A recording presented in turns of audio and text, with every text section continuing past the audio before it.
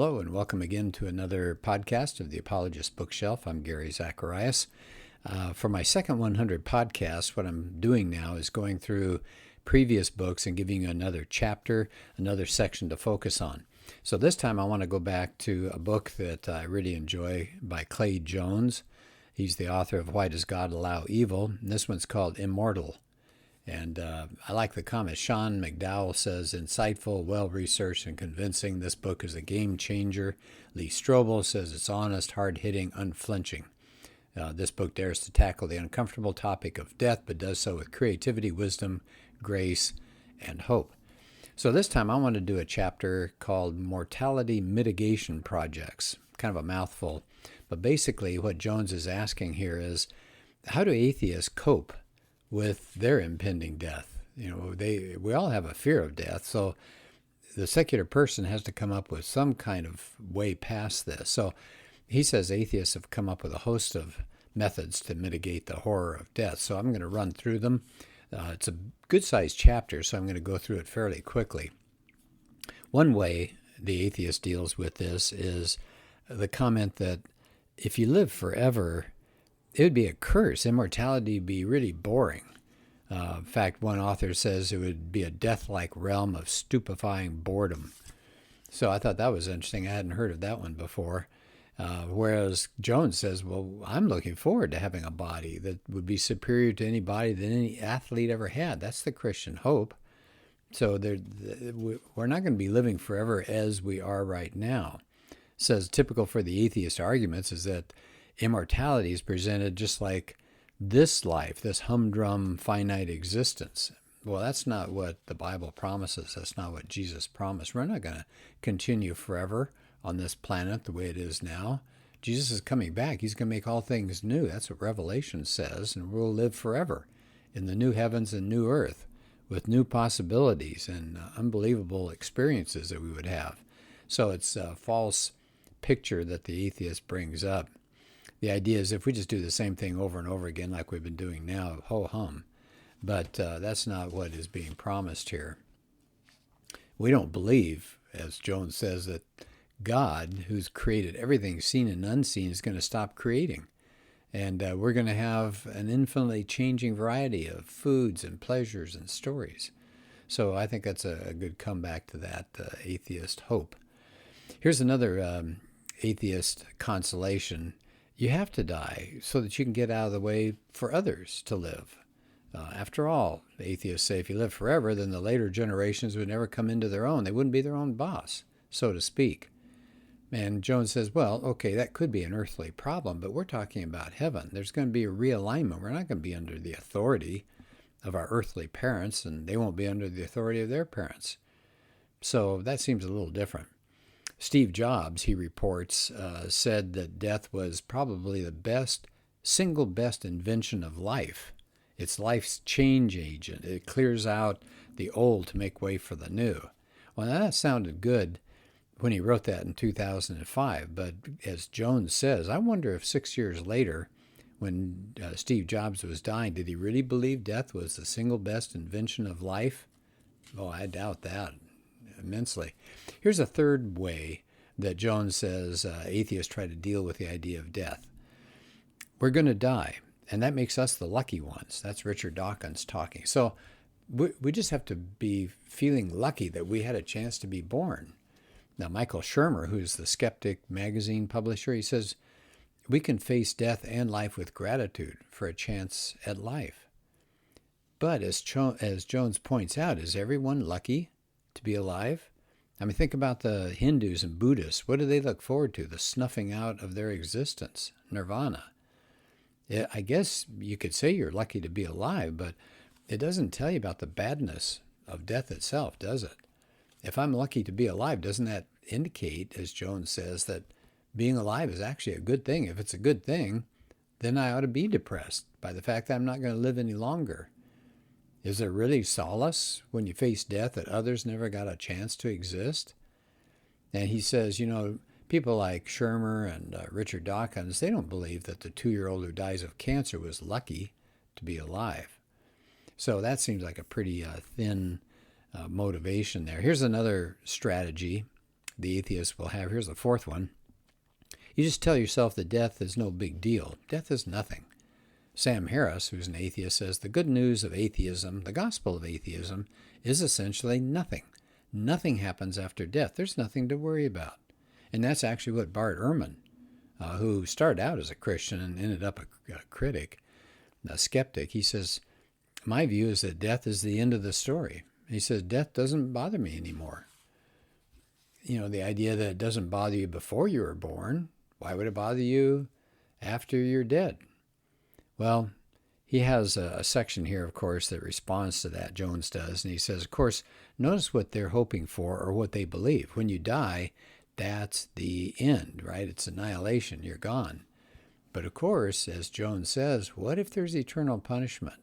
Well, of course, that's the Christian message. And if so, that changes everything, doesn't it? He has a quote here from a person who says, each individual speaking in the first person can say, my death obliterates me. Not only am I deprived of future goods, I'm also destroyed. This person about whom I care so much will cease to exist. My memories, values, beliefs, perspectives, hopes, my very self will come to an end and for all eternity. Well, there it goes. That's pretty, that's cold water in your face, isn't it? And now Jones gets back to this idea of death as annihilation. So you won't suffer once you're annihilated. But if, and of course a big if here, if the idea of God is real, the Christian conception of God, then we've got a serious problem. Yeah, everybody does. After death comes judgment. And so that's something that ought to sober up a lot of people that think about no big deal, after you die, it's all over. Jones also mentions that death horrifies us because God set eternity in our hearts. And that comes from Ecclesiastes. All right, here's a fifth way that the atheist will try to deal with the idea of death. Detachment. That's Buddhism, isn't it? The Four Noble Truths. First truth is to live means to suffer. The second truth is the origin of suffering is attachment. We have to detach if we want to succeed in dealing with death.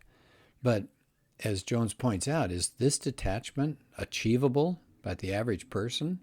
How do you detach yourself from your spouse or your children? Wouldn't you hurt them? Could you be successful in business without caring to be successful? I mean, if you detach, what are you doing? You're deadening your life.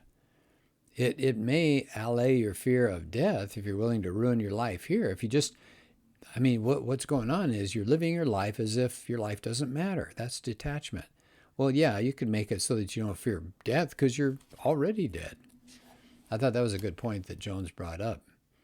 In fact, he says it's kind of like this. Because I fear death so much, I'll make myself miserable so I won't fear death so much.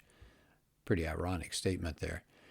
Jones also points out that detachment is actually selfish. And he tells the story of the Buddha who left his wife and left his son.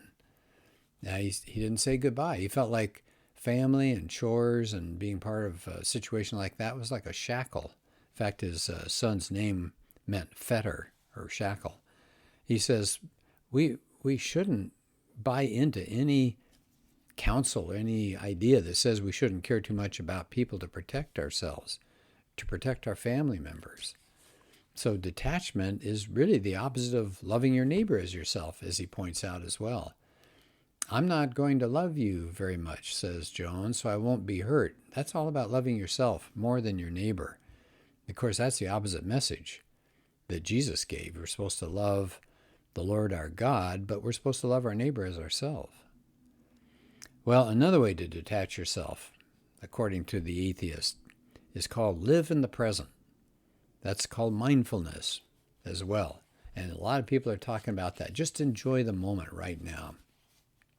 And of course, as Jones points out, that if everything is going well, then living in the moment isn't that hard. You know, you got a good job, you got a good family, you got health and all this kind of stuff. But what if you have severe pain? Living in the moment doesn't cut much, does it? It leaves a lot to be desired. In fact, they did a study of randomized controlled trials that found there was just low-quality evidence that mindful meditation would associate with a small decrease of pain. Well, that's good. But what if you're really suffering? That doesn't seem to help. Well, what about even though, as Jones says, what if you really are experiencing a time when you're living well? Is that living in the present a good idea? Well, how do we accomplish so many of the valuable things in life without drawing from our past and inform our future? We really need to do that as well. If you're only living in the moment, Jones says, you might ignore future problems to which you really should be attending. He has research here that indicates that people are happier when they're connected to the past and the future. Okay, well, there goes that idea. He actually says, living in the present is unrealistic. Does that mean you're not going to attend the funerals of loved ones? Are you going to hide from suffering friends and family members? He says that's a folly to live in the moment when people are suffering around us right now. And speaking of suffering, he said, we shouldn't be like children who don't want to hear bad news, putting our hands over our ears and going, la, la, la, la, la, I can't hear you. He says, if Christianity is true, suffering has meaning. It unsettles our worldliness, doesn't it? It kind of jerks us out of this world. It humiliates our self-deification as well. It drives us to find an end to suffering. And actually, if we humble ourselves, suffering can drive us to focus on the end of suffering that's available for all eternity if we believe in Jesus and what he did for us on the cross. Now, I've done a talk on pain and evil and suffering, and I think Jones has it exactly right. So the bottom line, he says, regarding living in the moment, he says that's impossible. And even if it were possible, it would lead to fewer happy moments in the future. Here's another principle, maybe, that the atheist will try out. The individual existence is unreal. That's a Buddhist principle again, that if everything is one, that's known as monism, if everything is one, then your individual existence is not real. Okay, so maybe that's a way to deal with it. We're not living by ourselves. We're part of the whole. He has a story here about Susan Sontag, a literary person. She spent her last couple of years battling cancer, and her son later reported that she wrote in her journal, "Death is unbearable unless you can get beyond the I." But then he adds, she who could do so many things in her life could never do that. Yeah, exactly. How do you disconnect like that to think your individual existence is unreal? That's not going to happen. Just time to get real here. So these are some of the things. I guess there's one more that he focuses on that strikes me as really odd, not on his behalf, but the fact that people, atheists especially, come up with this one. That is, well, when you die, you actually go on. How do you go on? You go on as particles. One person said, when we die, our bodies break up and become part again of the cycle of nature. Can you hear that? The song Cycle of Life again. So that sounds good. Really? The dust is something wonderful idea? He says, that doesn't really wash with a lot of skeptics. A Yale philosopher, Shelley Kagan, said, I don't find any comfort at all in the thought that my atoms will still be around getting reused in something else. Gosh, no kidding. So we don't long to be submerged into that vast all. We crave substance.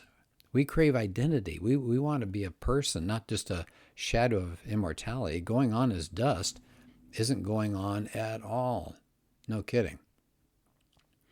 He says toward the end of the chapter, which I think is a good point, is that skeptics say Christians constructed Christianity to take care of their fear of death. But he said, notice what the skeptics have done to embrace what they've embraced to flee their fear of death. How successful, he says, are all these attempts to mitigate the horror of death? Well, in Psychology Today, there's a physician, Alan Lickerman, who says this: I've tried to resolve my fear of death intellectually and come to the conclusion that it can't be done, at least not by me. Yeah, I think that's exactly right. So, kind of the summary here toward the end, he actually let Sam Harris have a summary. And now Sam Harris is an atheist, out and out atheist, very strong belief. And he says, I think we can admit that atheism doesn't offer real consolation on this point. He says, we don't have any consolation when we face death. We've tried, and these are some of the methods that he talks about here in this chapter, Clay Jones. So I would just recommend this book. Again, it's called Immortal. how the fear of death drives us and what we can do about it. Of course, he has a very positive end to the book as well. But I just wanted to share this chapter with you. So we'll come back to this book again another time. So thank you for listening, and I hope you have a good day, and talk to you again soon.